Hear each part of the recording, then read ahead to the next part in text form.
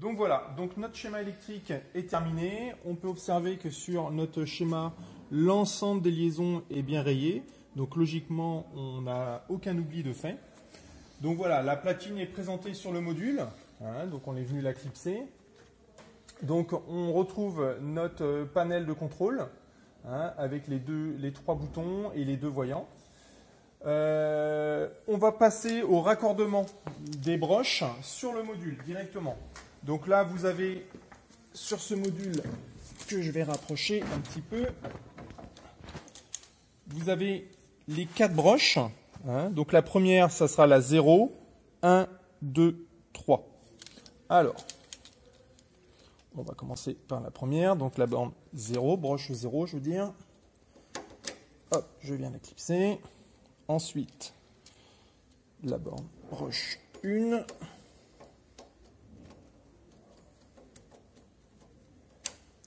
1, 2, 1, et la dernière, la 3. Voilà. Donc ça, c'est raccordé. Il nous reste à raccorder l'alimentation électrique. Alors, on avait dit que sur le plan, au niveau de la puissance, on se raccordait via une prise de pôle en 230 volts. Hein, donc voilà. Donc on vient directement la raccorder sur le module.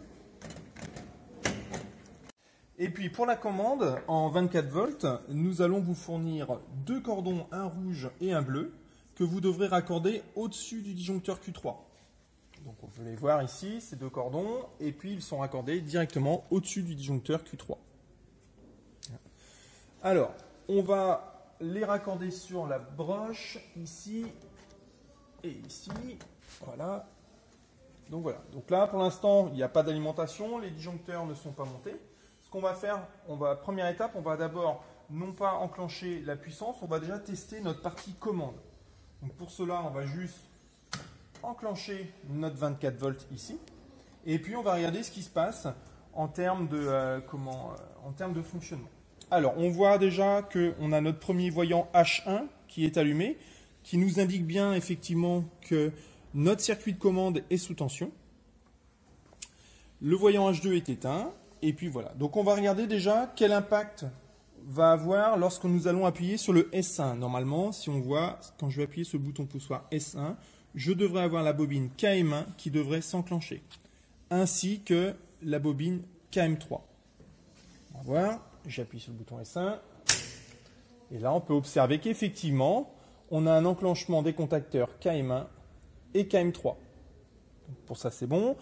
On va regarder pour la phase arrêt. Je vais appuyer sur le bouton poussoir S2. Normalement, on devrait s'arrêter. Voilà. Donc, on sait déjà que nos boutons de commande S1, S2 fonctionnent. On va regarder maintenant notre commutateur S3. Donc, lui, il est censé piloter le contacteur KM2. Donc, on va l'enclencher. OK, très bien. On voit qu'effectivement, il y a eu cette action. Et il nous reste à vérifier le fonctionnement du voyant H2. Alors, pour que le voyant H2 soit en marche, il faut qu'on ait à la fois KM1, KM2, KM3. Actuellement, on n'a que le KM2. On va lancer le KM1 et le KM3. Voilà, donc là, nos 3 contacteurs sont enclenchés et on peut observer que le voyant H2 s'est allumé. Donc, la partie commande est opérationnelle. Donc, nous allons maintenant procéder à la mise en route côté puissance. Donc je vais enclencher le disjoncteur sur le panel ici et puis faire les essais et voir comment réagit notre installation frigorifique. Donc je vais lancer le circuit frigorifique par le bouton S1. Donc on voit bien qu'on a le compresseur qui s'est mis en route. Et avec le commutateur S3, je vais lancer le ventilateur de l'évaporateur. Donc on peut observer que l'ensemble de l'installation fonctionne bien.